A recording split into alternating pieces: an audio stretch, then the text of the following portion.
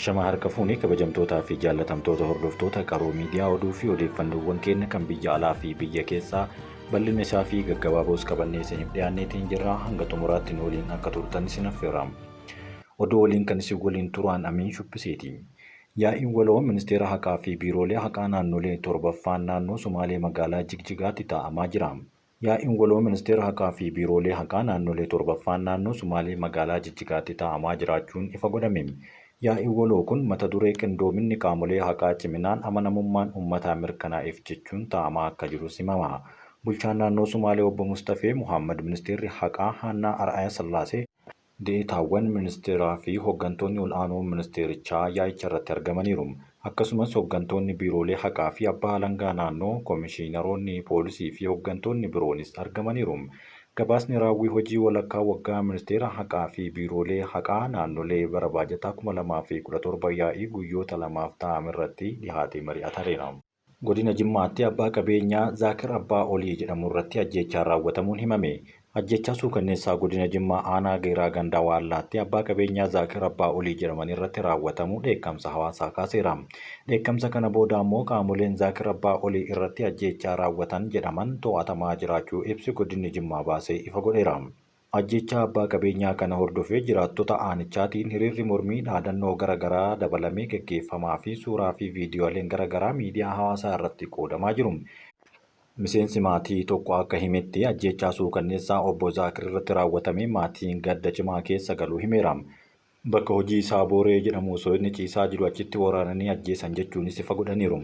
Achii lafa bunni itti miicamu buna qolaa baasan dur waardiyyaa qaba ture. Gaafas waardiyyichi kana beekee baqatee ta'eem inni nuuf amma hin galle jechuunis dubbataniiru. Sa'aatii sanatti waardiyyaan akka achi hin jirre kan himan ammootu jiraataan kun taateen kun haala itti mudatee himtee miseensi maatii kun dubbatteerti. Kan ajjeefaman bakka isaan ciisanii turanitti waraanamuudhaan ta'uu kan himan miseensi maatii kunneen fuula isaa miidhaa baay'ee akka irra geessanii fi namoonni ajjeesan hanga ammaatti akka hin qabamne ibsameera. Ibsichi bulchiinsi godina Jimmaa kamisa kaleessaa baasee gurraandhala 13/2025 akka faranjootaatti halkan keessaa baasee ammoo qaamoleen ajjeechaa abbaa Zaakir Abbaa Olii irratti raawwatan to'atamaa jiru jechuunis dubbataniiru. Abbaan qabeenyaa kun iddoo hojii isaatti qaamolee hin beekamneen kan ajjeefaman jechuun kennaan kallattiidhaan ajjeechaa kana raawwataman jedhamanii shakkaman keessaa namoonni 2 to'annoo seeraa jala oolaniiru jechuun dubbatameera. Qaamolee gocha suukanneessaa kana raawwatan qindeessanii fi haala mijeessaniiru jedhamanii shakkaman to'annoo seeraa jala oolaa jiraachuu hojii qindeessaan eegalame jechuunis kaasaniiru.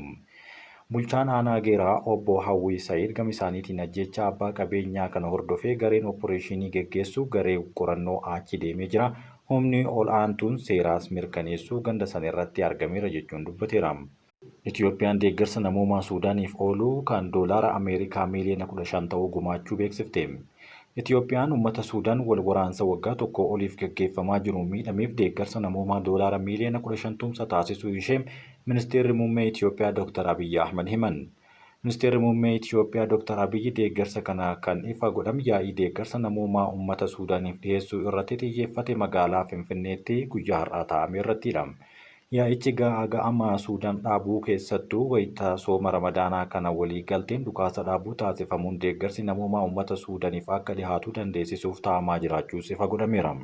Itiyoophiyaa fi Suudaan biyyoota ollaa qofa osoo hin taane biyyoota hidhata cimaa qaban ta'uu Ministeerri Muummee Itiyoophiyaa Dr. Abiy Ahmed yaa'icha irratti ibsanii kana malees Itiyoophiyaan wayita rakkoo kana uummata Suudaan cinaa akka dhaabbattus ifa godhaniiru. Humna qabduunis deeggarsa namoomaa taasisuu kan itti fuftu ta'uu eeranii haaluma kanaan Itiyoophiyaan deeggarsa namoomaa uummata Suudaaniif oolu doolaara miiliyoona 15 tumsa taasisuu himaniiru. Hawaasni idil addunyaa Suudaanitti nageenya waaraa buusuuf akkasumas humnoonni wal waraanaa jiran garaagartee isaanii mariin akka furatan waamicha dhiheessaniiru. Emireetota Arabaa gamtoomanii doolaara miiliyoona 200 deeggarsa taasiseera. Daldaltoonni Keeniyaa sababa gatii irratti waliigaluu dhabuutiin jimaa gara Soomaaliyaa erguu dhaaban. Oomishtoonni Keeniyaa gatii irratti waliigaluu dhabuu hordofee jimaa gara Soomaaliyaa erguu addaan kutuun ibsameera. Oomishtoonni kunneen jimaa kiiloogiraama tokko qarshii 300 qofaatti gurguraa turuu kan himan yommuu ta'u gatiin kun dabalii akka taasisan alergitoota gaafataniiru. Alergitoonni kunneen jimaa kiiloogiraama tokko qonnaan bultoota irraa qarshii Keeniyaa 300 bitaa gara Somaaliyaa geessuun qarshii 5,700tti gurguraa jiraachuu ibsameera. Uggurri gabaa kun Somaaliyaa keessatti dhiyeessii gabaa jimaa torbaanotaaf jeequun ibsameera. Oomishtoonni kunneen jimaa kiiloogiraama tokko irratti qarshii 300 fi korojoo tokko irratti hanga qarshii 200,000 gaafataa jiraachuun gabaafameera. Moqaadishootti jimaan kiiloogiraama tokko hanga qarshii 5,700 gurguramaa akka jirus himama.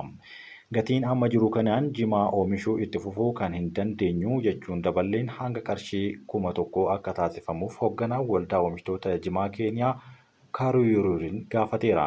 Hir'inni dhiyeessii kun gabaa jimaa jeeqeera. Daldaltoonni jimaa Somaaliyaa gibiraan walqabatee mootummaan jimaarra gibira ol'aanaa kaa'uu mormuun hiriira bahaniiru. Ministeera qonnaa fi nyaataa Keeniyaa roorroo qonnaan bultoota kanaaf beekamtii kennuun gatii jimaa irratti gatii akka taasifamuuf murtee dabarsaa jiraachuus ibsameera. Godina Harargee lixaa aanaa mi'eessoo magaalaa Asabootti jiraattonni rakkoo bishaan dhugaatiitiin yeroo dheeraaf dararamaa akka jiran himanii. Rakkoo kana irra deddeebiin qaamolee dhimmi ilaallatu hundatti waggoota dheeraaf iyyataa turrus furmaata haaraa argachuu akka hin dandeenye jechuun dubbataniiru. Aanaa mi'eessoo magaalaa Asaboot keessatti rakkoo bishaan kanaan dubbachuun nama rakkoo biraa qabutti akka nama laalchisu himama. Godinaa fi aanaa dhaqxee yoo rakkoo kana kan himattu ta'u akka nama siyaasaatti isin laalan jechuunis jiraattonni naannawa sanii himaniiru. Jiraataan bishaan kana barbaaduuf kiiloomeetira dheeraa deemanii ganama yoo bahan galgala waan galaniif namni bishaan barbaada deemee hojii biraa hojjechuu hin danda'u jechuunis ibsaniiru. Namoonni umriin gurguddaa ta'an kan mallaqaan bitachuu hin dandeenye dheebotanii bishaan barbaadaaf deemanii karatti kufanii kan hafanis jira jechuun kaasaniiru. Hooggantoonni TPLF rakkoo gidduu isaanii jiru nagaan hiikuuf waliigaluu isaanii abbootiin amantaa naannichaa ibsan. Hooggantoonni adda bilisummaa uummata Tigraay Abut garee lamaan Dabratsiyoon Gabra Mikaa'eliin durfamuu fi Geetaachoo Raddaan durfamuu rakkoowwan hunda karaa nagaa fi mariitiin akka hiikkatan waliigalaniiru jedhame. Waliigaltee kana akka deeggarsaa fi seera naamusaa kaasuun walii mallatteessuu isaanii abbootii amantaa Tigraay ibsa har'a Maqaleetti laataniin beeksisaniiru. Abbootiin amantaa ibsa isaanii kennaniin waliigaltichi gara fuula duraatti tarkaanfachuu fi gamalachuu seera naamusa mallatteessaniiru jechuun isaanii televezyiiniin Tigraay gabaaseera. Dhimmoota irratti waliigalan keessaa kaayyoo siyaasaa galmaan gahuuf humna fayyadamuu irraa of qusachuu, dhimmoota irratti wal dhaban karaa dimokiraatawaa hiikuuf miseensotaa fi deeggartoota isaanii gara hokkoraatti oofuu dhiisuu fi ergaawwan jibbiinsaa qaban daddabarsuu irraa of qusachuuf haa ta'uun ibsameera. Ji'oota lamaan darbaniif gaggeessitoonni TPLF garaagarummaa isaanii mariidhaan akka furan dhuunfaanis ta'ee gamtaan irra deddeebiin tattaaffii taasisaa ture kan jedhan hangafa Paappaasii mana Kiristaanaa Ortodoksii zoonii bahaa Abuuna Marahaa Kiristoos rakkoo isaanii hunda mariidhaan furuuf waliigallee irra geenyeerra jechuun dubbataniiru.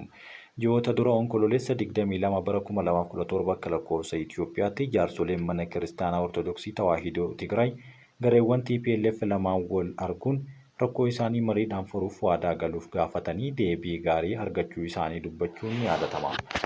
Oduu biyya alaatiin Tiraamp Raashaan gara G7 akka deebituuf yaada dhiheessan. Pireezidaantiin Ameerikaa dhihoo filatamanii aangoo yeroo lammaffaadhaaf qabatan Doonaald J. Tiraamp Raashaan gara biyyoota garee torbaatti deebi'uun G8 akka irra deebiidhaan milkaa'u taasisuuf yaada dhiyeessaniiru. Raashaan bara 2014 bulchiinsa Yukureen kan turte Kiriimiyaa weeraruu ishee hordofee G8 keessaa baafamteerti. Tiraamp yaada kennaniin Raashaan akka G7tti deebitu kan barbaadan yommuu ta'u, kana duras bu'aan ishee sirrii miti. Puutiin deebi'uuf fedhii qaba jedheen yaada jechuun dubbateera. Gareen G7 biyyoota akka US, France, Jarman, Itaalii, Jaappaan, Kanaadaa fi UK kan of keessatti hammateedha.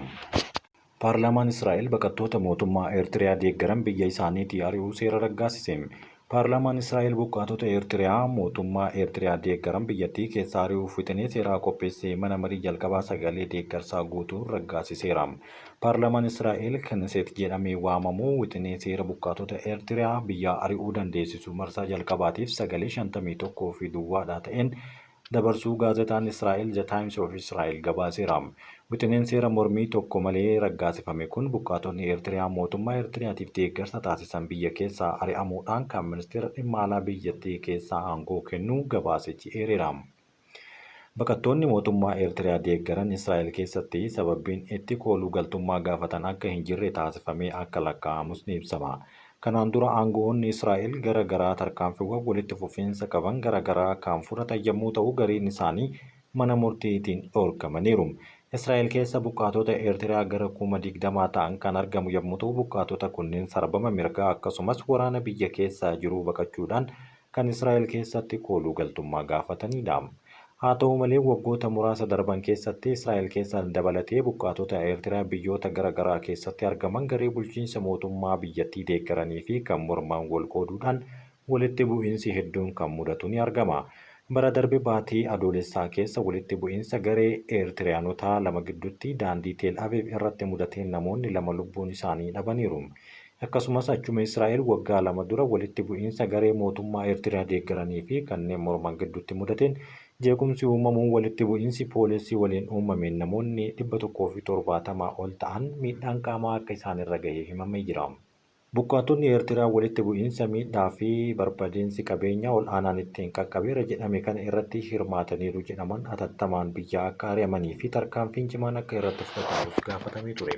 Torbaan darbee kibba Teel Aviivitti argamuun jeequmsaa jiru kan dabbatanii fi kanneen hawwitanii seeraa qopheessan keessaa tokko kan ta'e dhalattuun Yukureenii fi lammiin Israa'el Yuuliyaa Mawloonivoosiin akka jettetti yakkamtoonni jajjaboon loo'anii galan kanneen mootummaa Eertiraa deeggaranidha jette. Wixineen seeraa nagahaa fi tasgabbii jiraattota kibba Teel Aviv bakka duriitti deebisuudhaaf tarkaanfii jalqabaati jetteerti. Deeggartoota mootummaa Eertiraa as Israa'elitti gaafii kooluu galtummaa irra jiru haa ta'u malee yeroodhuma wal fakkaatuun bulchiinsa deeggaruu kana jechuun biyyattii keessatti yaaddoo cimaa kan hin qabnee fi kanaaf gara biyya dhaloota isaaniitti yoo deebi'an rakkoon isaan irra gahu waan hin jirredha jetteerti. Bara qabsoo hidhannoo bilisummaa Eertiriyaatii kaasee biyyoota alaa keessatti ijaarsa hawaasummaa cimaa uumuu kan danda'e mootummaan Eertiraa guyyaa yaadannoo wareegamtoota dhuma waxabajjii fi injifannoo bilisummaa caamsaa karaa imbaasiiwwanii fi deeggartoota isaatiin ni kabajatama. Haa ta'u malee kanneen bulchiinsa Eertiraa morman mootummaan qophiilee kabaja kennee fi fayyadamee hololaa fi geggeessuuf kan jedhan mallaqa walitti qabuuf jira jechuudhaan garee Birgeed inni Hamaduu jedhamu hundeessuudhaan dunkaanota gubuu dabalatee karaawwan biraatiin mormii isaanii dhageessisu. Jeequmsa gareewwan bulchiinsa Eertiraa deeggaranii fi morman gidduutti biyyoota garaagaraa keessatti mudateen miseensonni poolisii dabalatee Eertiraanotaa fi qabeenya irra miidhaan yeroo gara yerootti ni qaqqaba. Yeroo dhiyoo as ammoo qophii feestivaalii aadaa Eertiraa sababa godhachuudhaan biyyoota Awurooppaa fi magaalota Ameerikaattis Eertiraanota gidduutti walitti bu'iinsi yoo mudatu kan argamudha. Waggoota darban keessa Israa'el dabalatee Jaarman, Siwiidin, Noorweey fi Kaanadaa keessatti walitti bu'iinsi hedduun miidhaa uummatarra qaqqabsiisee mudateera. Dhaabbileen mirga namootaaf morman hedduun isaanii mootummaan Eertiraa lammiilee irratti sarbama mirga namoomaa bal'aa raawwachaa akka jirus ni falmu. Sababii kanaatiin lammiileen Eertiraa hedduun haala siyaasaa biyyattii keessa jiru cunqursaa bilisummaa amantaa akkasumas tajaajila biyyaalessaa dirqisiifamaa waan jiraniif daangaa akka hin qabne jechuudhaan biyyaa baqatuu sababa kan jedhan. Hoogganaan Googilii duraanii shororkeessitoonni hubannoo namtolcheetti akka hin fayyadamne sodaadha jechuun ibse. Hojii gaggeessaan ol aanaan Googilii kun hubannoo namtolchee AI shororkeessitoonni yookaan mootummaan abbaa irree fayyadamuudhaan namoota nagahaa miidhuu danda'u jechuun sodaa qaba jechuun dubbateera. Eriik Shimiik akka jedhetti sodaan dhugaa ani qabu namoonni baay'een waa'ee AI kana kan hin beeknee fi waa'ee balaa kanaa gara maleen isaan akka gahu jechuun sodaadha jechuun kaaseera. Bara 2001 hanga 2017tti Googilii keessatti gulantaa olaanaa kan qabu biliyeenarri teeknooloojii kun sagantaa Turiye jedhamu irratti Kooriyaa Kaabaa yookaan Iraan akkasumas Raashaallee teeknooloojii kana fudhachuuf haala malee itti fayyadamuudhaan meeshaa waraanaa baayoloojii uumuu akka danda'an nan sodaadha jedhe. Dhaabbileen teeknooloojii dhuunfaa moodeloota AI hojjechaa jiran irratti mootummaan to'annoo akka godhuu fi gaafatanii haa ta'u malee garmalee daambii baasuun kalaqa ukkaamsuu akka ta'us akeekkachiiseetiin jira.